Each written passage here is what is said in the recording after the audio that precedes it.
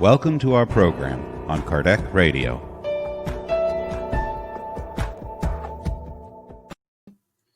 Welcome, dear friends, to Kardec Radio at 11 a.m. in our Health and Spirituality program. We are here back one more Saturday, and what a joy. What a joy, because today we're going to be delighted to know more about research on the afterlife, on spirituality, on the mediumistic writings of so many. We have our guest, Stafford Betty. Professor Stafford Betty is here with us again. Yes, it's the first time that we're having him here in our audiovisual studio. We used to have our conversations on audio format only, and now, thanks to the advancements of internet, we are able to have this remote studio where we can have everyone here with us. What a joy. And it's almost December, and we're around the corner from a new decade. Yes, the actual third decade of the 21st century is coming along, as 2021 is around the corner. There's so much to learn. More than ever, with the pandemic and many social, political, economic crisis comes along, we're being invited to revisit our values, our principles, our thoughts, our feelings, our true inner paradigm. We're going to talk about this and much more, and we want to invite you to this conversation. Feel free to ask your questions, and if you need any particular spiritual assistance, don't refrain from writing to Kardec Radio at kardecradio@gmail.com, and we'll be able to assist you in your needs. All right? So, Professor Dr. Stafford Betty, for those who don't know yet, he has earned his PhD from Fordham University, where he specialized in Asian religions, thought, and Sanskrit. Today, he's a professor of world religions at California State University, Bakersfield, and has evolved as one of the country's most acclaimed experts on the afterlife.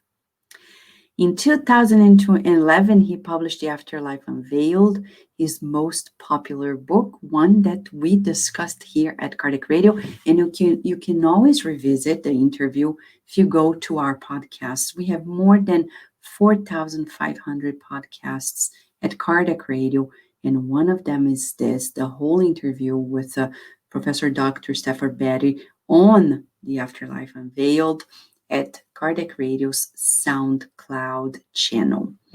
And a more recent publication, the most recent one we're going to discuss here, is The Afterlife Therapist. He has published 14 books, and he writes for several newspapers, and he is also a contributor of the HuffPost. He has much to share with us. His knowledge, his dedication to an area that interests us very dearly, about the afterlife. Some people ask me, well, Vanessa, I want to talk about this life. But when we talk about the afterlife, we're talking about this life and its inevitable consequences in the afterlife. What is the most intriguing part of it all is that he scientifically researches on the many mediumistic writings about the afterlife, and he brings it all together for us. He has much to share. There's much to learn, and we're delighted that he's here with us today. Thank you, Dr. Stafford Betty, for being with us again. Well, it's great to be here. I think it's the fourth time we've been together, if I'm not mistaken. Yes, you're right. In the past, I've thoroughly enjoyed you personally. You've been a wonderful interviewer, and you've helped bring me out better. And so we've been able to help each other. And what can be better than that? Yes. You know what's interesting? I want to share with the public about why, for those who don't know yet, why did you decide to be focus on the afterlife writings? What made you gravitate to this research? Well, it probably had something to do with my beginnings as a child. I went to a Catholic school and was educated by nuns, and they were very insistent that this life was very short and the life to come was extremely long. And so I took that to heart, and it seemed to me that it was important to know something about that very long life that was going to inevitably reach us. Mm-hmm. And so I was intrigued as a 10-year-old by what heaven, hell, and purgatory, that was the way it was presented at the time, was all about. And I was given a lot of information and was frightened into, puritanical behavior, as so many serious Catholic boys were at that time. And I have since learned that there was quite a bit of misinformation that I received, and I needed some correction along the way. And I started researching what in the world there might really be that's going to happen to us when we die. And so that was the beginning of it, I think. I also would answer that more logically, completely aside from my beginnings and those early influences. It seems to me just a rational thing to do to find out as much as possible about what awaits us after death, which is, right around the corner.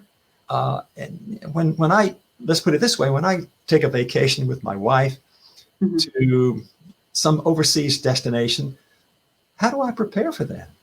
I buy a guidebook. Now, I want to know as much about Ireland as possible before I get there and begin to hike the country. Both my wife and I are hikers. And it's just not smart to go blind into a foreign country.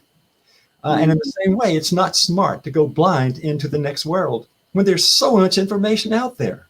I think many people who don't look into it are not aware that there's much information about what awaits us. So many people will say, you won't know if there's anything until you die, then you might find out. But no, there's an enormous amount of information about what's awaiting us. And so it's been my privilege to alert readers from all over the world about what that information is. So that's the way I would answer that question. Wow. But it's so interesting you're mentioning this, because we are living a pandemic, and many people have died like overnight. Yep. Because of COVID-19. And yet we haven't heard of any reports of people changing their beliefs or trying to find some actual consolation. We see every day in the news, at least that's what's reported, the escalation of suicide and domestic violence, and people who don't want to use masks because they refuse to conform with scientific evidences of how risky it is. So we are seeing that we're living at a time where there has never been much or many writings about the afterlife as we have nowadays, and yet a time in which people care the least about it. Yes, you would think so, wouldn't you? There's plenty of incentive right now in our own time for at least making inquiries about what's about to happen, because death is lurking all around us. And you would think that, as you say, there would be indications somewhere in the press that people were really flocking to the kinds of writings that I do and the kind of programming that you do. And yet there is no indication that that is happening. And I think one of the reasons for that, Vanessa, is that unfortunately, so many of the, shall we say, jet-setting, so-called scientifically smart people don't believe there is any such thing as an afterlife. I mean, if you read the New York Times or the Washington Post or the LA Times, and you look at their opinion pages, not so much the writers who write in, but the people who control the opinion, there is a tremendous bias against anything that smacks of spirituality. It's a one world type of bias that I see in these trend-setting newspaper sources, CNN and other places like that. It just makes people feel that it would be stupid to do research into something that doesn't exist, and that is incredibly pernicious. It suggests to me that maybe 500 years ago, people were smarter about the most important things than we are now. Exactly. Unbelievable. And what about the new generations? Because do you find that the interest to the research you do varies according to the generations? Like, for example, the youngest ones, do you think they are more interested on it, or do you think previous generations were more interested on it? I think it's this way. We know that belief in the afterlife is high. As churches are emptying, belief in the afterlife stays steady or actually goes up a little bit. Oh. In spite of all those young people who say that they are nuns, that is to say, they are not a member of any organized religion. They're non-religious people, but so many of these so-called nuns do believe in an afterlife.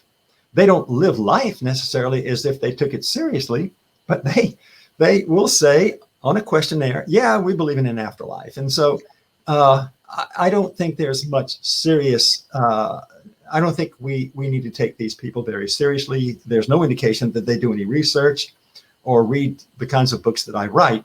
The kind of books that I write are for older people in the second half of life, generally speaking. Plenty of exceptions, but generally speaking, I think we can say that. So I don't see any kind of upswell in interest in what is so dear to us in the younger generation. I would like to be corrected on that, Vanessa. Do you find any upswell in information or enthusiasm about this? I don't. Not at all. Not at all. Not even in the Spiritist community per se. I have to confess, we have put a lot of effort 2 years ago in bringing the Spiritist youth center stage in our own movement. And we were very disappointed to see, number one, the very parents were not very supportive. And then the adults in general. And the youth in itself, for example, at Kardec Radio, we have invited several people who have a lot of potential to do programs. And they don't find it, open mic to them. And they don't engage. So we see that this new generation, to our surprise, is more focused on the material life than in whatever happens after it. Yeah. Yeah, that's true among the young members of my family, dear and delightful people, but they really think that I'm rather strange. And so, but it's strange. It's as if our planet is inhabited by young souls and not old souls who are curious about ultimate questions. What can I say? It's I'm just not like most of the people around me. I'm not at all like the people I work with at the university.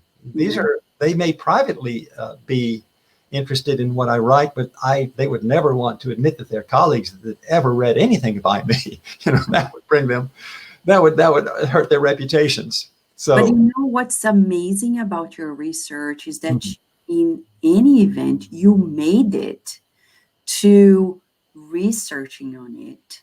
Yeah. You staying in academia and publishing it, and at the same time relaying it to the public with your books. So this is fascinating because it's something that is unique nowadays. It's pretty close to unique. And the only reason it happened is that I came to this relatively late in my career, after I was tenured and had a full professorship. And if I had come to this and shown this kind of interest before tenure, I don't think I would have gotten tenure. But they really had no recourse except just to tolerate me. And so what I did was to make friends from all over the world while making very few friends at the very place where I worked. And so it goes. It's a mysterious and strange world, but there is overwhelming interest in the work that I do. If you look at people who have like minds from all over the earth, there are plenty who do, but they are still in a minority, without any question, in a very small minority in terms of real interest.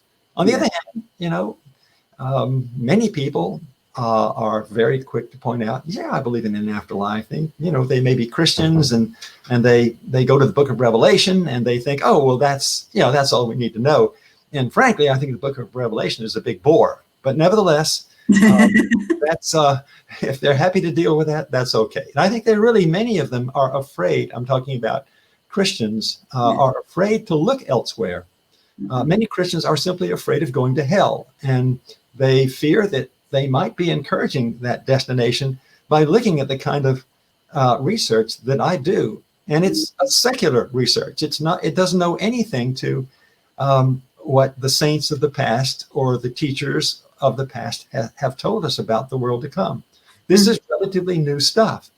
And it's frightening to many conventional people, traditional people, and they don't want to endanger their souls.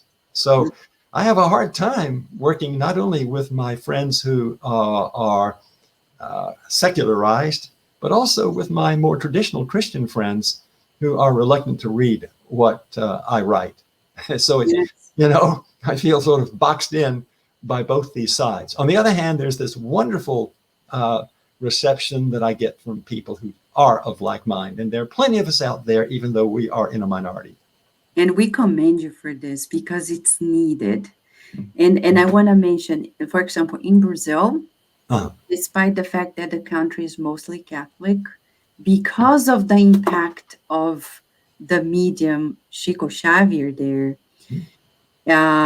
he became so respected in the country as a humanitarian, etc., that nowadays we have several universities opening their doors to research on mediumship and the writings of Chico Xavier, etc., etc. So it's a new momentum there. And sometimes I talk to my colleagues there and I say, look, we cannot do this here. It's different. In Brazil, you may talk about it at some universities, but here it doesn't happen this way because they often ask me, Vanessa, can't you do research on this? Friends, we are at a different moment in the United States. So when I see somebody like you, I say, you are one of a few who are really at the frontier of a field that may expand in the future. You're a forerunner, of a movement. It's a shame that is true. And you're quite right about Brazil. It's a unique country in its interest and in its openness to this kind of research. And it has everything to do not only with Kardec, who is pivotal, but also with Chico Xavier. But we don't have any Chico Xaviers running around the United States, unfortunately. And or they may be out there, but I don't think they're going to get much notice. And so that's just one of the quirks of history, that Brazil is so unique in the world. Exactly. And I just want to mention to the public, you've read Kardec's books and some of Chico Xavier's books. Absolutely. And what do you think in general? Oh, I mean, if I were to show you all of the underlinings that I did when I was reading the Spirit book, I have it right here somewhere. And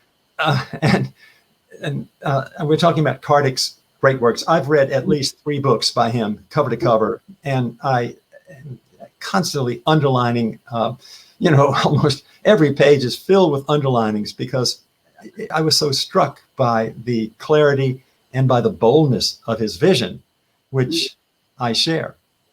So, he's a number of books I've simply taken to heart. Without a doubt. He is one of them. Now, he's not the only one by any means. He is just one of those several dozen critical sources that I've had to master in order to write my books. which Mhm. basically my books are syntheses of several dozen of these mediumistic geniuses. So I have no ability along these lines, let me just say right away. But I think that's what makes me strong. I'm not biased towards any one particular point of view or message. And you need somebody like that who has no bias. If I were, for example, gifted in this way, if I were an automatic writer or a medium myself, I'd probably be too oriented toward getting out my version of things, to my particular style of things. And I don't have that ability. So I come at this without a bias and look at all of this information and then synthesize it. And that's my strength, I would say. So my gifts are limited, but they're philosophical, and you need somebody like me, I think, and at least in America you do. No, I agree. I agree. And historically, we need people like you who have no bias and who go there, like research and see what Kardec said. That is a must. The universality. See how different people from different countries, different cultures, Yeah. they bring the information. They have never talked to each other. They lived at different times as well. And here's a commonality. And then we ask, where does this come from? Because people are telling the same stories, and they've never talked to each other. Yeah. Where does it come from, right? Absolutely. That's exactly the orientation that I come at this with. And for those who are watching us, I want to share that if they want to know more about Kardec, last year there was a beautiful movie that was produced about Kardec and his life. It's on Netflix. So if people have Netflix, they can watch it. Oh, yes. Right? Yes, I did see that. Right. Did you enjoy it?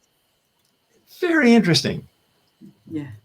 Quite interesting. The struggles of his time, like facing so much the extremes, Orthodox religion and the Orthodoxism in science, and this big division. It's like the divorce between science and religion. Yes, it was all there in right? Paris. Yep. And you see Kardec bringing it all together and saying, there's no reason why we need to be splitted in faith and reason. And we're still working on it.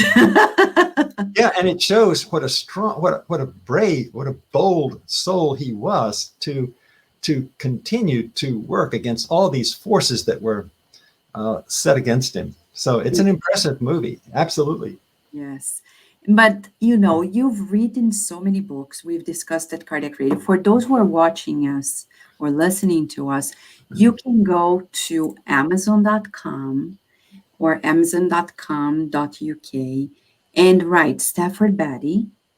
And you're going to find his page at Amazon with all the books, including The Afterlife Unveiled that we've discussed before and many others today. We want to know more about the most recent book, which is something that I want to know more myself. It's named The Afterlife Therapist. I have a unique appeal when we talk about therapy, because I'm a psychologist too. And when we talk about therapists and the healing process of life, especially during the pandemic, there's so much need for healing. And then you write a book. You released 2 months ago, right? Yeah, just 2 months ago. It's brand new. Sure The is. Afterlife Therapist. Right. What is the book all about, please? Okay. This is really a privilege for me to talk about this with you.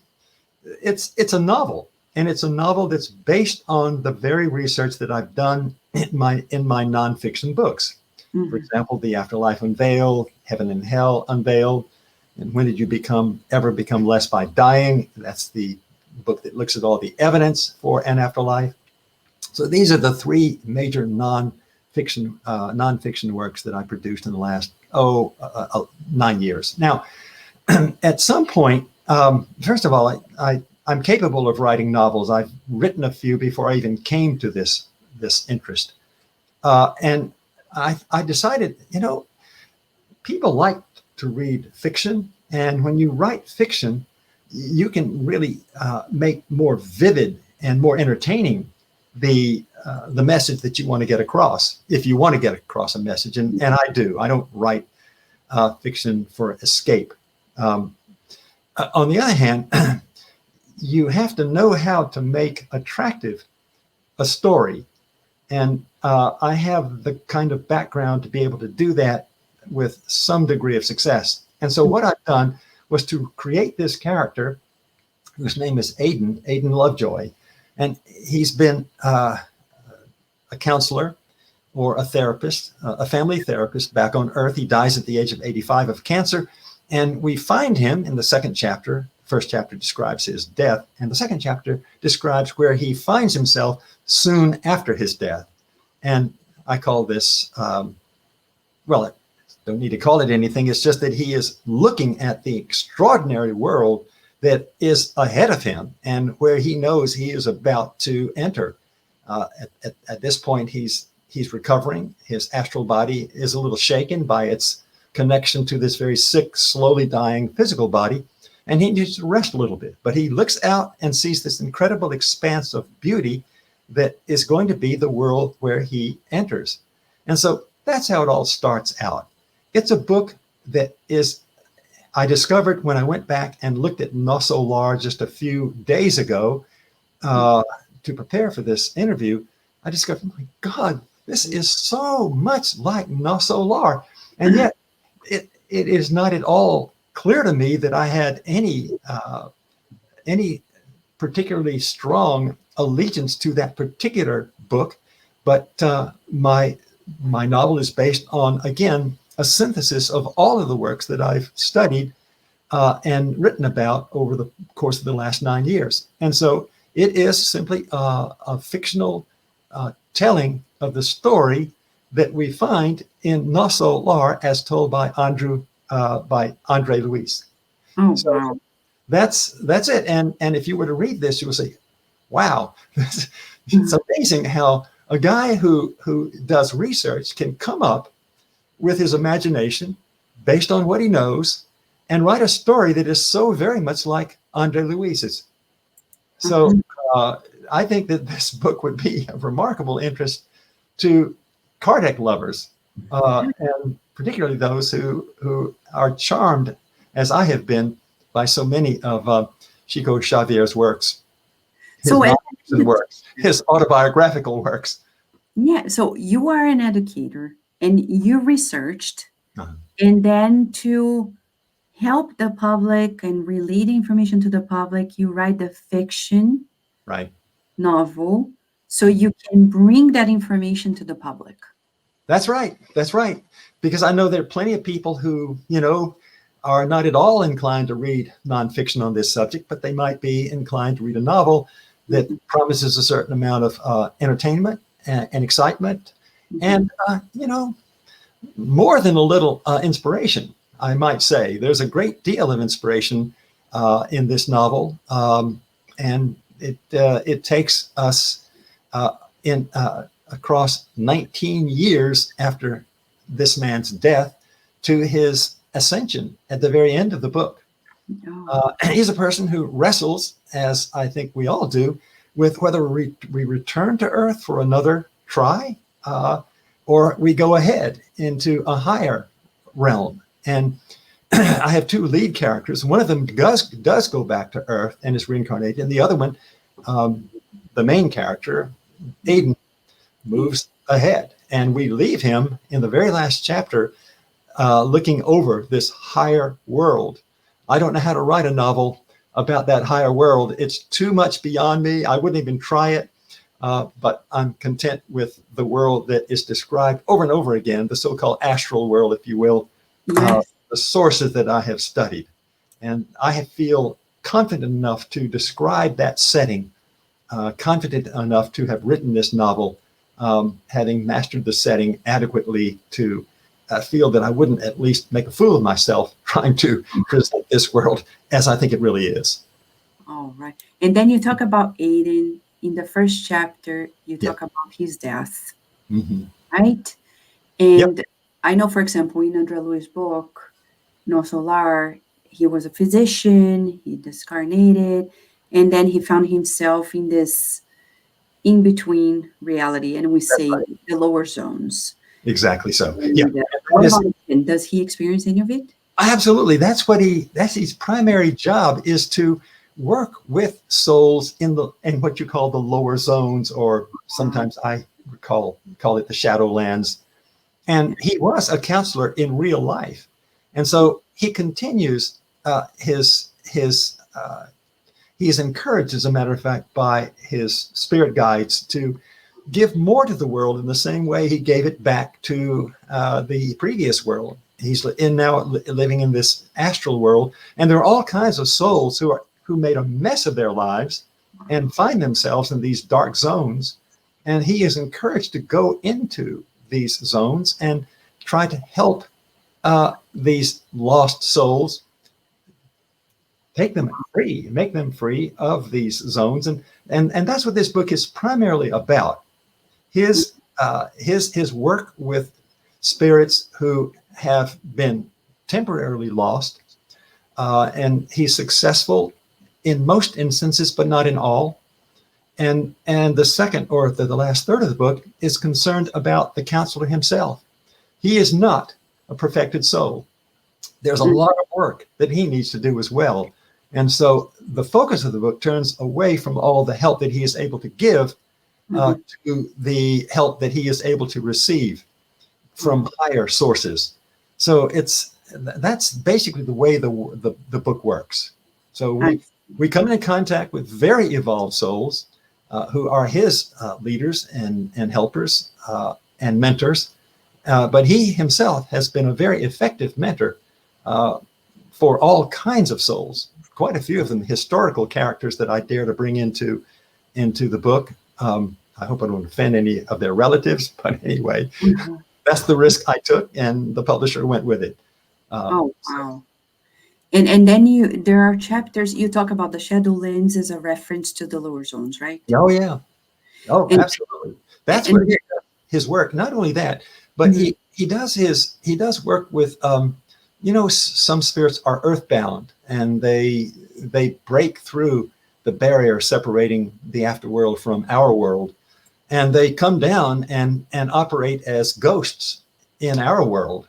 And I'm sure you are aware that this literature speaks a great deal about the damage that deeply addicted spirits can do to similarly addicted human beings in the earth, at the level of earth, in the words, in the physical plane. And so one of the things he does is to work with those ghosts, ghost to ghost, as it were. He comes down into our realm and tries to help these sad, lost ghosts who are usually not vicious. They're just addicted, and they are pulled back into Earth's vibrations. And it's up to Aiden to help these souls move back up where they belong. And he is successful more often than not. But so there, almost all of the things that I read about in this literature are found in the novel. One of the most interesting chapters is, and this is the most daring chapter, the most, and probably provocative chapter. I read in some of these, in some of the books, references to other worlds, beings from other worlds that inhabit our world, or even the afterlife world, the astral world. And so I have a chapter about that. And I've often wondered, how in the world did the afterworld, did the astral world ever evolve? Where did it come from? We know quite a bit how the physical universe evolved, but we don't know anything about how the astral universe evolved. Or did it evolve? Did it take some special creation from some higher power? Or did we, in some sense, create our own afterworld?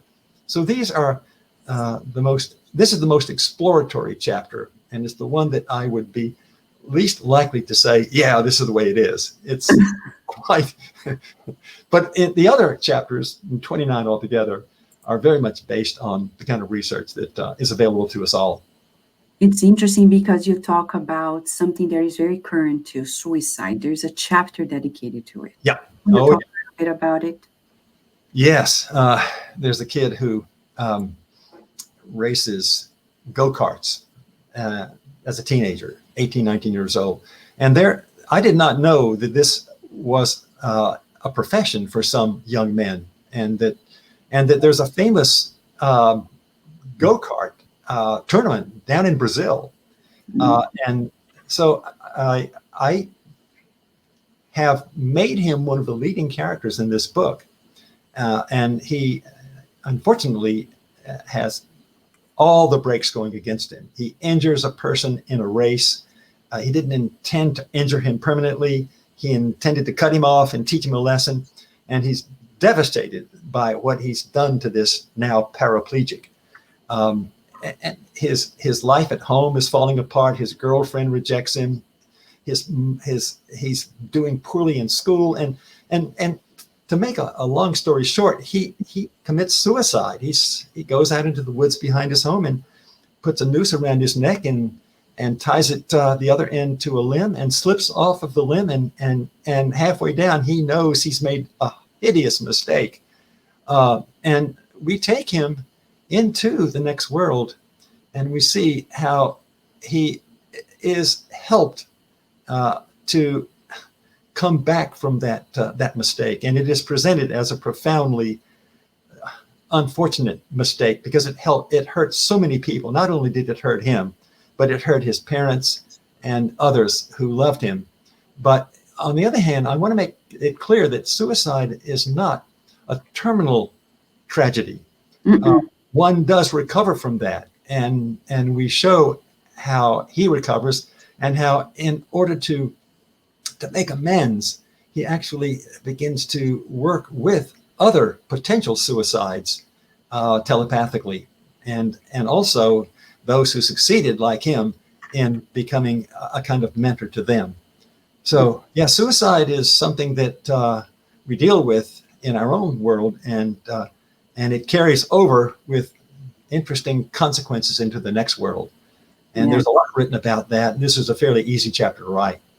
Yeah, wow. But that's so important nowadays because how can we talk to many people have requested me recently, like to talk about, how to prevent suicide and from a therapeutic point of view, from a spiritist point of view. We have several books, as you said, including the Memoirs of a Suicide by Yvonne Pereira, a beautiful, beautiful report that talks about the afterlife and the rehabilitation process. Yeah, exactly.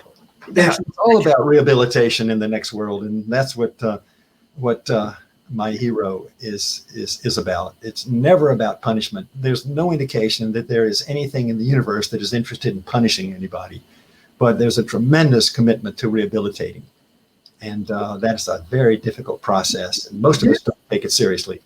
Just what you're saying, we need to highlight, because in a world that is suffering so much, and many people refusing to really get real or face the truth, what's most important is to know there's no punishment. There's only correction, education. It's like educational steps, processes, right? Absolutely. You identified in your research across the board that there is this evidence from different mediums that people are reporting to this rehabilitation process. There is always a new beginning, an opportunity for renewal, right? Absolutely, and there's not an ounce of truth in the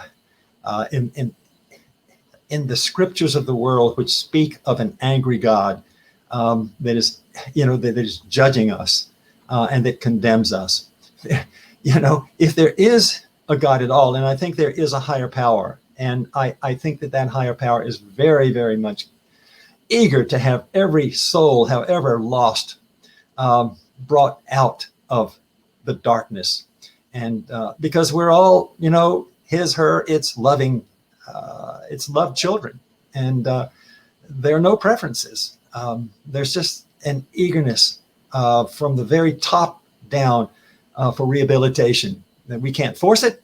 We're not allowed to force it, but we can certainly do the work that's out there to be done to help these lost ones come back. And that's one of the great games of life right here on this earth. Yeah. Uh, continues on into the next world. Yes. And you talk about the earth. There's a chapter about the earth. There's a chapter about the tsunami. And Yeah. we want to bring some comments here about your work in this book, the healing, the therapeutic aspects, also related to a very critical issue that we're experiencing on Earth, like climate change, global warming, and the need to really heal the Earth. What would you like to share with us in regards to the book that you wrote and this the natural disasters that are coming along as we are in need of healing the Earth? Right. This is not anything I would ever dare write about and send it to a newspaper, but it certainly does occur to me, and I wonder about this. I wonder if this pandemic is a kind of invitation to all of us to get serious about these major concerns that you've just mentioned. Most earthlings are simply dithering their lives away. They're not really doing much.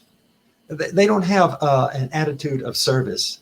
They're not willing to make sacrifices in some small way to make the world safer for the present as well as for the future. One of the problems is a terrible failure to commit to something as basic as overpopulation. I mean, we are overpopulating this world at a rate that is drastic, and we need to become more careful about this. And so it's as if foolish children, you are not able to control your own sexual appetites. And, this is just a warning. This pandemic is a warning of far worse things that are going to happen to control the population of your planet. And this may be only the beginning, a kind of a foretaste of a far graver pandemic that will hit us in the next 75 years or so. You're right. We simply cannot continue to overpopulate in the way that we do. We're simply irresponsible children in so many ways. And when we behave this way, the universe has a way of correcting us. And that correction can be very, very painful. And so I do wonder about the big issues that you just mentioned. Mm-hmm. And when I see, for example, Andy and his journey, he's reaching out and yet he's being helped, as you mentioned. Mm-hmm. And I think one of the good news in your book as well is about the fact that we evolve because he reaches his ascension. And we're seeing at a time right now on Earth through social media, so much division. We've never experienced so much extremes in people's opinions. That's very true. I've seen nothing like this before. Like you've never seen that before either. Mm-hmm. And people say that it's mostly due to the very social media and the way it's customized. It just potentiates the extremes. It absolutely does. I don't think there's any question about that social media is a great thing for people who know how to use it well. It certainly has helped me enormously in many, many ways, but it has had a terrible impact on more ordinary people who never give a thought about the meaning of life. And all they want to do is, so many instances, is just whatever pleases them. And they're not even particularly concerned about reality or truth, just whatever pleases them in the moment. And they lock into it and they become extremes on one side or the opposite. And that's just not the way the universe is going to allow this planet to evolve. I think that we have to do a better job of it. And hopefully that's going to start in a few more months. I'm hoping so, but we'll see. Yes, we hope so.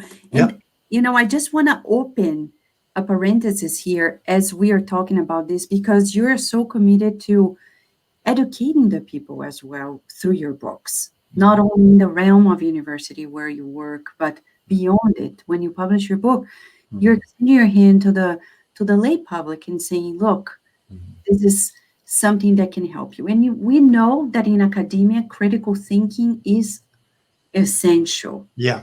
And when you're seeing what's happening, you just mentioned, you described it so well about what happens to the general public and the lack of critical thinking. Yeah. And this is just a question to me, because I'm an educator as well, and I have a 7-year-old daughter, and I'm so concerned about how we can boost this critical thinking in our current society. Where do you think we could begin? Yeah, I think it belongs. It belongs in college. I mean, there's no question but that people who go to college are going to be taught critical thinking skills if the college is worth anything. You know, you're going to get a lot of mischief coming out of college, but you're going to at least have a better chance of being a critical thinker with a college degree. So I recommend that people go to college. I don't like the bias, the anti-spiritual bias that I see all over the place in my colleagues. I think they do. I mean, whenever I hear somebody's majoring in philosophy, I think to myself, oh, that's a tragedy. Because, you know, I know what happens in philosophy departments. I've been all around it, and kids come out long-faced atheists too many times. It's true that their faith was inadequate. It was childlike, but at least it gave them some kind of hope. But when you come out of a philosophy degree in the kind of university where I taught, you typically are going to be made to feel that a religion is for stupid people, uninformed people, unthinking people, uncritical people. I don't like that aspect of college. On the other hand, I very much prize the critical thinking skills that come to us. It is of enormous importance, it seems to me. I must say, I'm glad that you point out that my books are read mostly by, ordinary people, the general public, and they are. And frankly, I gave up on reaching out to academics with these books. I do sometimes write articles, and I used to write a lot of articles because it was required of me for publication. And so I know how to write those articles and how to address that audience. But I think that they have so little interest in what is dear to my heart today, that I'm just writing for more ordinary folks, just good folks out there in the society who are usually, most of the people who read my books, I think overwhelmingly are college educated people. But they are not academics typically. On the other hand, I don't have the sense that many of them are. Yeah, I have the sense that many more women than men read my books. And I would say, when I see your books, it's so important because you're bringing to the general public information. I consider it true information, though it's written in a fictional way. It's information that can be very consoling, healing, and I would say, quoting Kardec, when you use your reasoning, your faith becomes unshakable. Yeah, doesn't it though? Right. It's interesting that my colleague, what was I going to say about my colleagues? The thought escapes me, but it'll come back to me in a minute. It was something I wanted to say about the people who read my books. Oh, I remember what it is. Yeah, I am a member of a closed society of people who are very interested, many of them with PhDs, almost all of us have advanced degrees, who are interested in this subject. There are about 75 of us. And I can't even reveal the name of it. I can't say anything about the people in it specifically, but I can say in general, at least half of them, as a matter of fact, more than half of them, are trying all the time to convince the smart people of the world, the PhDs, the people who control opinion, to listen to what they have to say. and they're trying to get across the same truths that I try to get across, and they're failing, and it's frustrating to them. They're just not making much headway in those higher, more rarefied circles, whereas I'm making great headway with ordinary folk.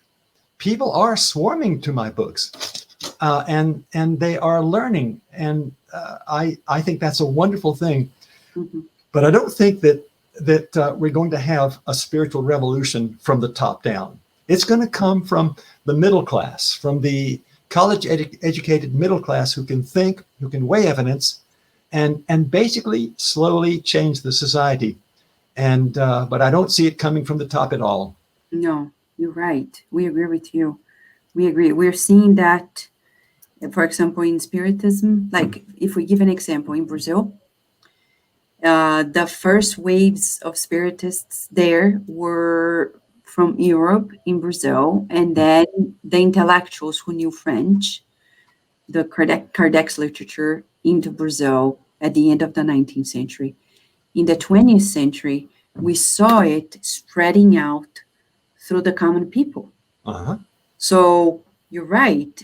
It was this other wave that really make it change. And now we can say Brazil is the most spiritist society in Brazil, like in you see In the world. Oh yeah. in the world, yeah. And you see in the Brazilian TV, for example, the greatest networks, they create their programs based on much of this knowledge that came along. But I've been in the US for 22 years, and when I left Brazil, it wasn't very much like Brazil wasn't as a spiritist like it is nowadays. Mm-hmm. It became more popular in the last 20 years. That's Like, wonderful. wow. Yeah. It's a big change. I have colleagues at university in Brazil who now write to me saying, "Oh, Vanessa, I am a spiritist as well." But when we were there, nobody talked about it. Yeah. And Yeah. now we talk about it. Yeah, And- that's wonderful news. It's possible. If it happens in Brazil, it can happen anywhere. But, it and I don't see that as a put down. It's just that Brazil is a cross section of human nature, and so is America. So what happens there can happen here. Yeah. And as you say, it's going to come from the middle class, and these are the people who are listening to what we have to say.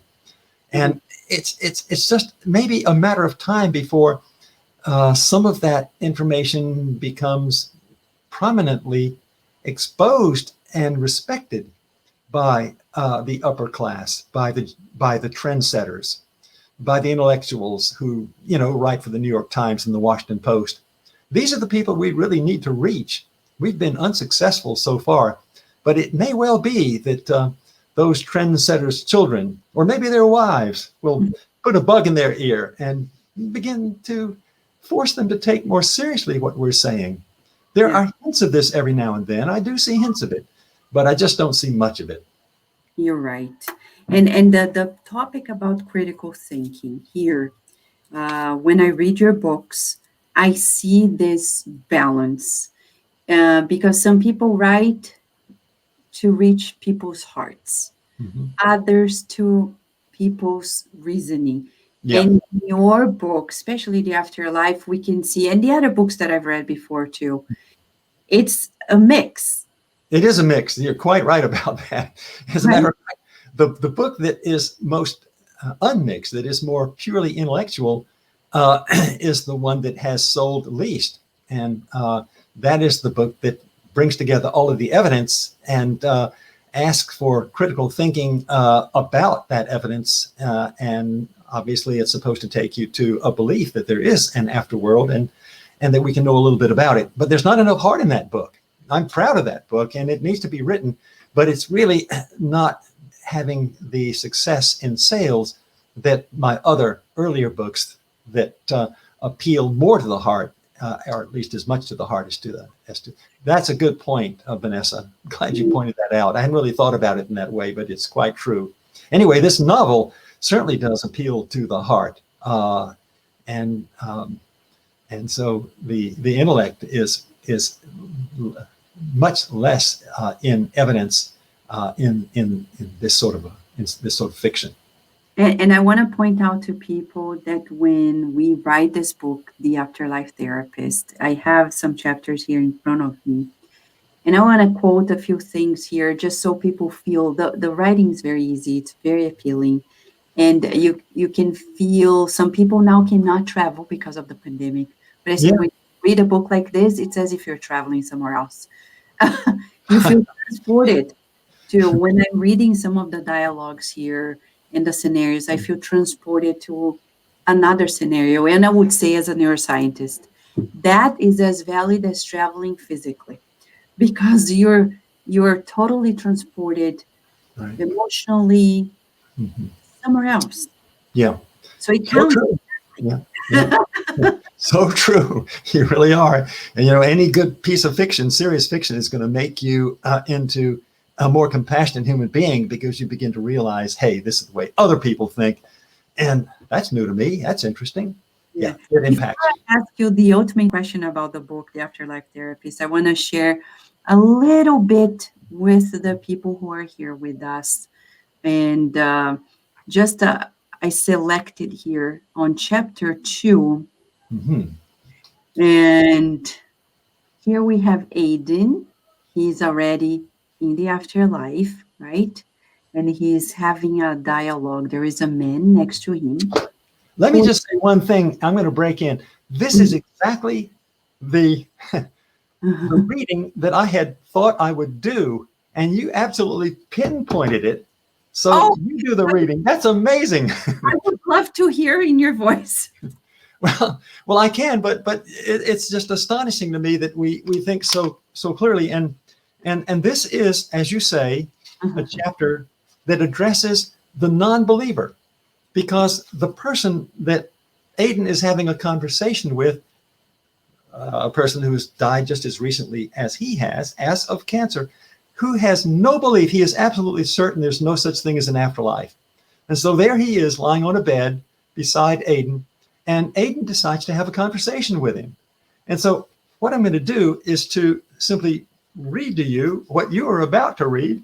And if you'll permit me, Vanessa, I'll go ahead and do it. He says, and this guy's name is Rupert. Tell me about yourself, Rupert. It suddenly occurred to him, to Aiden, that he was picking up in the astral world where he left off back in the physical. He was counseling. Can you believe it? These idiots are trying to tell me I've died. Why do you find that? Why do you find that so hard to believe? Rupert looked dubiously at Aiden. Look, friend, I'm a scientist. I'm thinking, I'm talking, my brain is working. It's working better than it has in a long time, much better. If I were dead, my brain wouldn't be working at all. I haven't been able to get this obvious point across to anybody.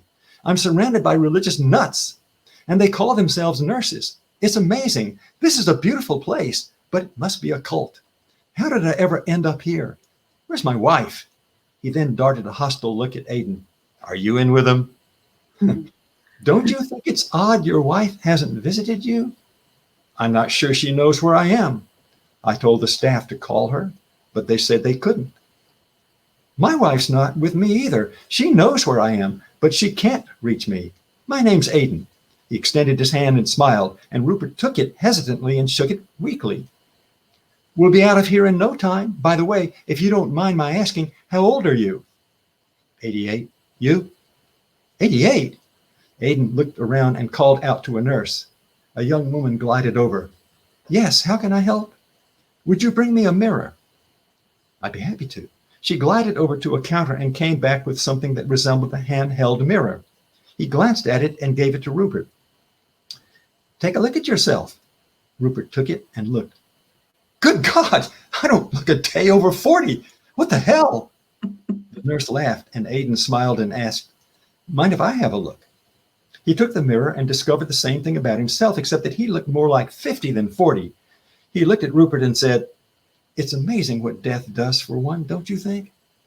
Rupert looked at Aiden, stunned. Death? Christ, you mean? No, that's impossible. He put on his sternest face. I took you for an educated man. He's educated, Rupert, said the nurse with a laugh. In fact, wait a minute, said Rupert, sitting up suddenly on his bed. You mean, his face lit up. He smiled a broad smile of happy shame and looked around as if he were the biggest fool in the whole world and said, holy shit. Rupert, you finally understand, said the nurse. You get it. She looked at Aidan and winked, then back at Rupert. Now we can release you. And incidentally, back on Earth, there's a memorial service scheduled. We didn't think you'd make it. But now we'll send you on your way and even escort you. Of course, no one will see you. It would be like you were spying, seeing who attended, listening to the nice things people say about you. It's up to you. Rupert was too astonished to answer. Aidan extended his hand again, and this time Rupert, with head slightly bowed, sheepishly shook it with more conviction. So that's the way the second chapter ends. We can't put it down. So we have a lot of fun in the novel. We know these types, and the literature is filled with accounts of people who are not aware that they've died when they first come over. And so they have to be convinced and persuaded, and sometimes it takes a long time. This guy got lucky because Aidan happened to be bedded right next to him as they were recovering. I love the way you write. And I would say, we're just around the corner from Christmas, and I would say, people, please give this book to everyone you know. That would be good, and write a tiny review of a sentence. That would be great. What a book! It's so beautiful. By the way, do you already have it in audiobook? Yes, I do. I have my first book, The Afterlife Unveiled, has been quite successful as an audiobook. And so it's there. And, if you drive long distances, I would recommend you just listen to that work. It takes a total of about 4 hours to listen to the whole thing. It's short. And I didn't record it, but a friend of mine, a fan, recorded it for me. And so it's available. What about the Afterlife Therapist? Is it in audiobook format? I beg your pardon? The Afterlife Therapist? No, the Afterlife Therapist has not been out long enough to be recorded. At some point it may be, but I probably won't get around to it myself. But if I have somebody who wants to do it for me, I'd be happy to let him do it. Or her do it. So that's fine. Beautiful. Yeah. And the ultimate question. Yeah. Before we wrap up, we know Andy, and this is beautiful. Andy, he has his experiences from where you were reading to us to his ascension. What is ascension after all? Oh, ascension. Wow. We're here. It's like, when we're very religious. Ascension, I'm going to read the last paragraph of the book. And I don't know how better to describe it than this. But back it up a little bit. Ascension is the option that we are given.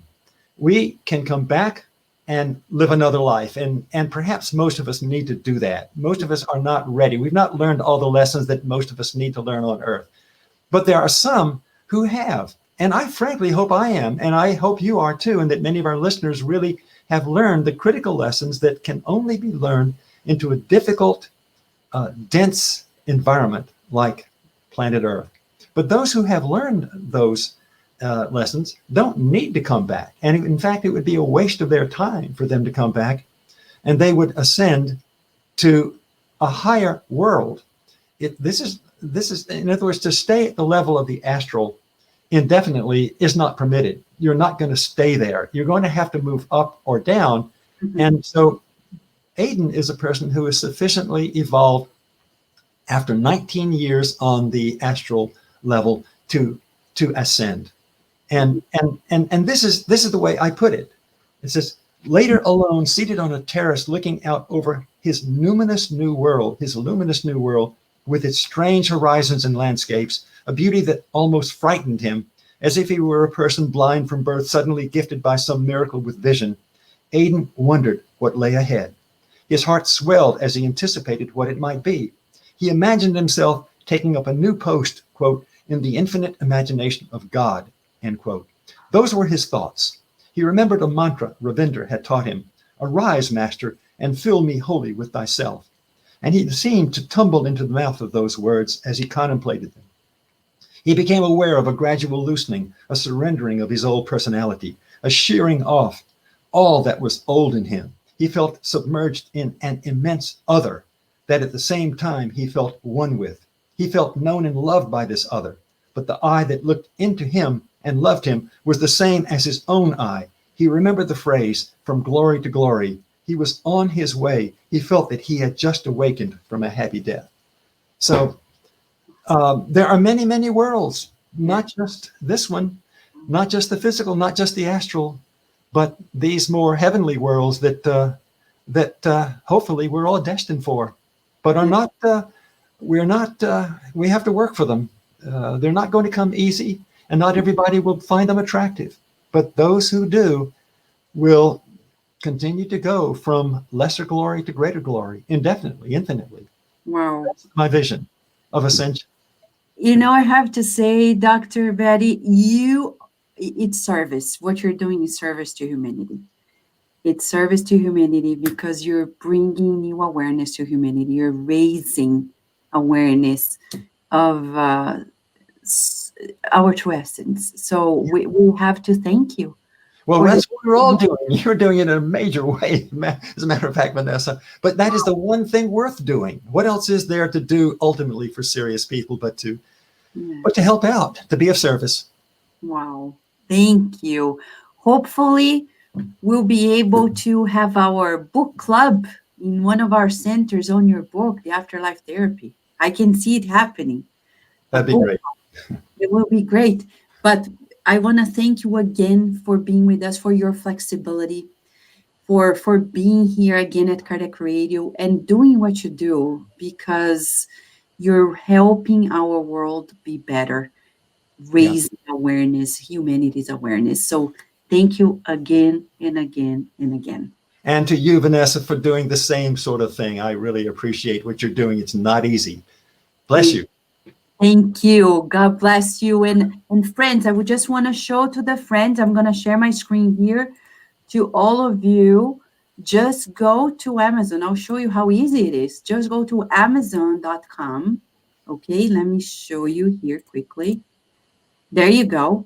You can go to Amazon and you type in Stafford Betty. And once you're there, you click on Afterlife Therapist.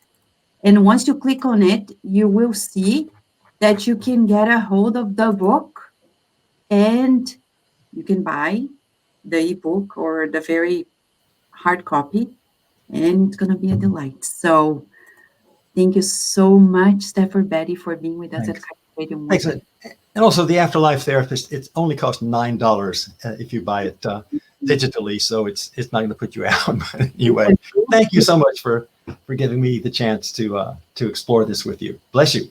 We hope to have you more often pretty soon again. Thank you. Good. Thank you. Bye-bye. Bye. Thank you, friends, for joining us at Kardec Radio once again. And stay tuned, because soon after this, there's a beautiful program as well with Ron Gandhi and the British Union of Spiritist Societies. A big hug to you all. And don't forget the Afterlife Therapist by Stafford Betty. It goes hand in hand with all the teachings we've been talking about. Thank you, friends. Until next time.